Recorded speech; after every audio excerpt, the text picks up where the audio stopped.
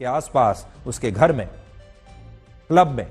गाड़ी में, दोस्तों के साथ अगर यही गाने बजते रहेंगे जहां शराब को प्रमोट किया जा रहा है, हिंसा को प्रमोट किया जा रहा है, महिलाओं को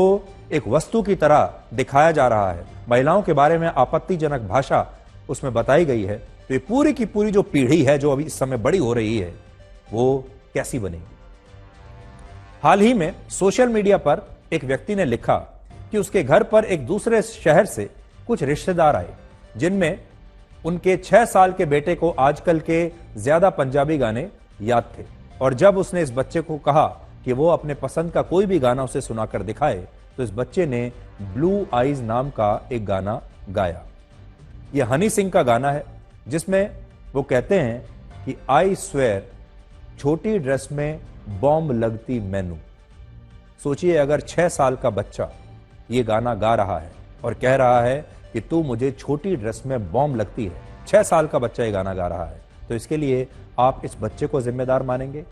इसके माता पिता को जिम्मेदार मानेंगे, या इन गानों को जिम्मेदार मानेंगे? और बहुत सारे माता पिता तो तालियां बजाते हैं और कहते हैं कि देखिए हमारा बच्चा कितने अच्छी तरीके से गाने गा रहा है। आजकल आपने देखा होगा टीवी पर रियलिटी शोज चल रहे हैं जिसमें छोटे छोटे बच्चे आते हैं और वो इस तरह के गानों पर डांस करते हैं, इस तरह के गानों पर परफॉर्मेंस देते हैं, इस तरह के गानों को गाते भी हैं। अब सोचिए 6 साल का, 8 साल का, 10 साल का बच्चा अगर ये गाने गाते हुए और सुनते हुए बड़ा हो रहा है तो जब वो एक युवा बनेगा तो उसके दिमाग में क्या चलेगा। इस समय पंजाब की म्यूजिक इंडस्ट्री में ज्यादातर गाने ऐसे हैं जो शराब, ड्रग्स, हिंसा, गुंडागर्दी और अपराध को बढ़ावा देते हैं।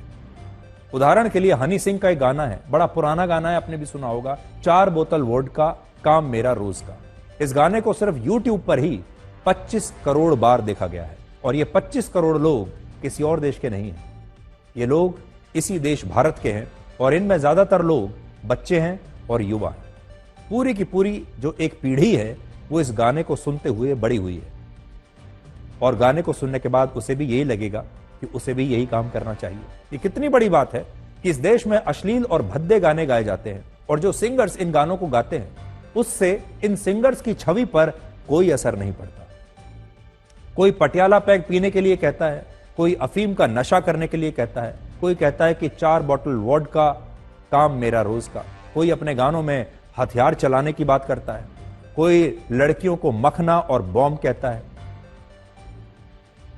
कोई बंदूक चलाता है और अपराध करने के लिए कहता है, उसी को बहादुरी बताता है। ये सारी बातें कहने के बाद हमारे समाज में ऐसे सिंगर्स का रुतबा जरा भी कम नहीं होता,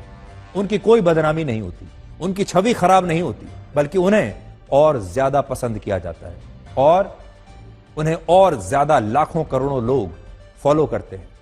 उनकी रीच बढ़ती है, उनके व्यूज बढ़ते हैं, उनके पैसे बढ़ते हैं, उनका स्टारडम बढ़ता है, उनके कॉन्सर्ट्स में आने वाली भीड़ और ज्यादा बढ़ती चली जाती है। जितनी ज्यादा अश्लीलता आएगी, जितना ज्यादा शराब के बारे में बात करेंगे, हिंसा दिखाएंगे, अपराध दिखाएंगे, उतनी भीड़ बढ़ती चली जाएगी। लेकिन एक बार सोचकर देखिए कि अगर यही सारी बातें हमारे ही समाज में कोई और व्यक्ति आपसे कहे, कभी कोई नेता अपने भाषण में आपसे ये बातें कह दे, शराब के बारे में, लड़कियों के बारे में, हिंसा के बारे में, अफीम के बारे में, ड्रग्स के बारे में, किसी स्कूल का कोई टीचर बच्चों से ये सारी बातें कह दे, इस समाज का कोई भी व्यक्ति किसी से भी इस तरह की कोई बात कह दे, कोई खिलाड़ी कह दे, कोई फिल्म स्टार अलग से कह दे,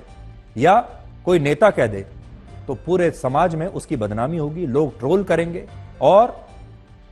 ऐसे लोगों का हमारे देश के लोग बहिष्कार कर देंगे। हमारे देश में इस पर एक बहुत बड़ा विवाद खड़ा हो जाएगा। लेकिन जो सिंगर्स अपने गानों में हर रोज अश्लीलता, हिंसा और नशे को बढ़ावा देते हैं, उन्हें हमारा समाज कभी भी हतोत्साहित नहीं करता, उन्हें कभी भी उनका बहिष्कार नहीं करता, और ना ही हमारे देश में ऐसी कोई व्यवस्था है कि इन गानों की शब्दावली पर कोई नियंत्रण लगा सके। सब कुछ क्रिएटिविटी के नाम पर चल रहा है, सब कुछ क्रिएटिव फ्रीडम के नाम पर चल रहा है, सब कुछ इस बात पर है कि जो गाने लिखने वाले जो लोग हैं, गाना गाने वाले जो लोग हैं, हमारे देश के जो संगीतकार हैं,